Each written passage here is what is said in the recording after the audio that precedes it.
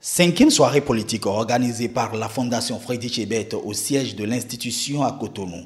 Une soirée qui a démarré par une minute de silence pour le père André Quenom. Ce vendredi 28 novembre 2014, le débat était autour du thème « Régionalisme et l'urgence de la cohésion sociale au Bénin ». Le régionalisme est malheureusement devenu, à tort ou à raison, la nouvelle grille de lecture de tous les phénomènes sociopolitiques et économiques au Bénin. Paradoxalement, c'est un sujet tabou qui se discute dans les lieux ou milieux qui ne sont pas compatibles avec les espaces de promotion de la démocratie. Face à une telle situation, diversement vécue par les citoyens et les acteurs politiques, demeure un constat important qui est d'ailleurs confirmé par les analyses les plus crédibles. L'impérieuse nécessité de discuter des problèmes ouvertement afin d'éviter qu'ils deviennent insurmontables. Trié sur le volet, la qualité des panélistes a rehaussé la présente soirée. On pouvait noter la présence du professeur Francis Akindes, sociologue à l'université Alassane Ouattara de Côte d'Ivoire, professeur Léon Biobikou, géographe, maître de conférence et secrétaire général de l'université d'Abomey-Calavi, Rekiat Madougou, ancien ministre de la Justice, et Gaston Zossou, ancien ministre de la Communication. Le risque pour un pays, c'est que la promotion du régionalisme, évidemment, est un frein à la production de la nation. Parce que les gens ne se pensent plus dans une entité qu'on appelle nation, mais les gens exacerbent les différences, soit parce qu'ils espèrent que les différences vont leur profiter, ou que la différence devient pratiquement la source de leur exclusion. Il s'agit du sectarisme, de l'intolérance. Le sectarisme, c'est l'intolérance, c'est le rejet de l'autre, c'est la non-acceptation de l'autre. Et c'est notre problème. Point de vue, quand on parle de régionalisme, ça dépend de quel point de vue on se place.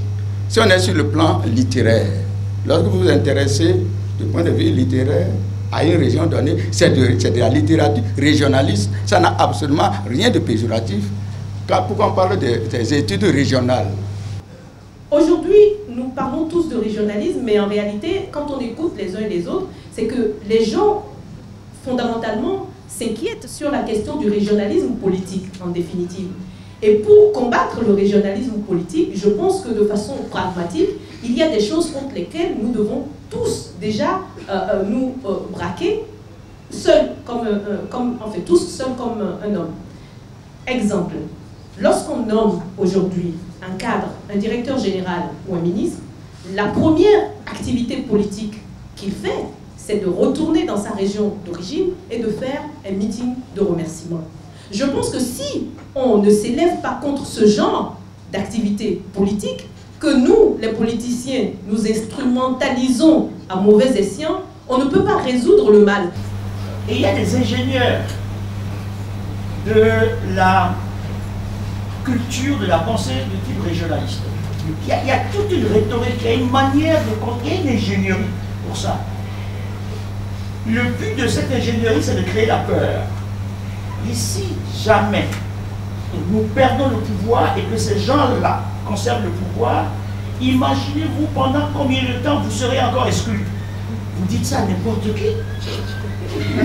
Vous créez en lui un réveil. Eh bien, il ne restera qu'à lui donner une arme. Pour lui dire, eh bien, si demain tu veux t'en sortir, bats-toi. Et c'est ce qu'on a vu dans un pays comme la Côte d'Ivoire. C'est ce qu'on a vu dans des pays comme le Libéria, même en Sierra Leone, en RDC, au Congo et au Rwanda. Alors, je ne suis pas pasteur. Je ne dirai jamais prions que ça n'arrive pas au Bénin. Ça, c'est la mission des pasteurs. Je suis chercheur. Je constate, en venant au Bénin, que le sentiment régionaliste, anti-régionaliste, est en train de monter et il y a un énorme risque. Quand le président de la République, en ce siècle, dit, en une occasion, jour solennel, je vais faire venir les miens du Bénin profond et avec les autres, ils pourraient s'affronter, de quel nom l'appelle-t-on?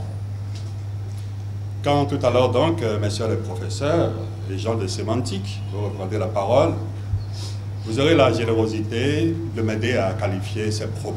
Le problème à côté, c'est la création de ce qu'on a appelé le groupement ethnique du Nord Dahomey. C'est cela qui a stigmatisé tous les esprits par rapport au régionalisme collé aux gens du Nord. Et là, si on n'explique pas comment un phénomène est né, alors là, c'est des commentaires dans tous les sens pour, comme elle a dit, la manipulation au niveau du subconscient. Il ne sert à rien que nous créions des clivages sur des contingences systémiques politiques, mais je pense que nous sommes ici, c'est pour essayer de tracer une voie. Sans doute qu'il y a des voies plus autorisées pour les tracer, mais à nos modestes niveaux, nous devons essayer de le faire. Un débat très riche qui a connu la participation d'un public composé de personnalités du monde politique et de la société civile. Aujourd'hui, parler de régionalisme n'a pratiquement plus de sens. Parce que quand vous allez à Parakou, vous avez des gens du sud. Vous allez à Natitengu, vous les avez. Quand vous êtes à Cotonou, vous avez des gens du nord. Donc qu'est-ce que les politiques font? Les politiques aujourd'hui jouent sur les patronymes. Et c'est ce que j'ai voulu appeler le patronymisme exacerbé des politiques. Ça veut dire quoi? Ça veut dire que quand vous portez un nom, c'est sur ça que l'homme politique joue pour vous attirer vers lui. Et les populations aussi font ce jeu-là. Donc parler de régionalisme n'a plus de sens puisqu'il y a des Anous aujourd'hui qui sont depuis 1960 à Bembereke, nés là-bas, de mère de là-bas, qui fonctionnent comme là-bas, mais le jour où c'est une Anou de faire campagne, elle va vers ces gens-là. C'est du patronymisme exacerbé des politiciens. Moi, j'ai fait le lycée Bianzé avec des gens qui sont du nord, qui sont du sud, qui sont du centre, et on est restés amis jusqu'à présent. Donc vraiment, à force d'exacerber un certain nombre de choses, cela risque de nous conduire plus loin. Parce que, chers amis, c'est les politiciens qui exacerbent cette notion de régionalisme. Notre ancienne carte d'identité sous le PRPB portait la mention coutume, fond, coutume, tel, c'est supprimé. C'est une avancée terrible. Il faut que nous en arrivions un jour, si c'était possible, à positiver ce qui a de mémoire vivante dans ces noms. Nous entretenons une mémoire morte parce qu'elle nous divise. La question du régionalisme tel que posée, c'est par rapport à l'intérêt général, à la question de l'État, de la nation. Et on a évacué dans l'État moderne même les critères de langue. Ce ne sont plus dedans. Les critères de langue, d'ethnie, de ci ou de ça, ne sont même plus dans les critères de l'État moderne. L'État moderne repose sur les droits de l'homme et l'intérêt général. Point. Et si l'émergence de la citoyenneté n'a pas de signifiance, dans 1000 ans, nous continuons de dire ce que nous disons, qui est en réalité le recours à des voies faciles, à des chemins très courts pour dominer, ou pour perpétuer une domination. Celui qui le fait aujourd'hui, il faut le dénoncer pour ne pas recommencer demain. Le régionalisme poussé à l'extrême amène beaucoup de tensions dans la société, ça peut même amener des conflits dans des situations comme ce qu'on a connu dans certains pays. Et c'est un gros risque. J'ai toujours souhaité que si le régionalisme est un problème de fond, qu'on en fasse un problème national et que nous puissions nous retrouver justement pour en débattre pour l'intérêt du pays.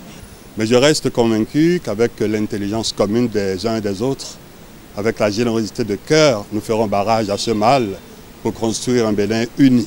Je pense qu'il était essentiel qu'une fondation à caractère politique comme Freddy Schebert puisse effectivement, parmi ces sujets de prédilection, toucher du doigt la nécessité d'une promotion de l'unité nationale, d'une cohésion sociale à travers donc ce genre d'échanges. Je voudrais d'abord dire que je suis un peu satisfait par rapport à l'initiative même, en ce sens que c'est un débat osé.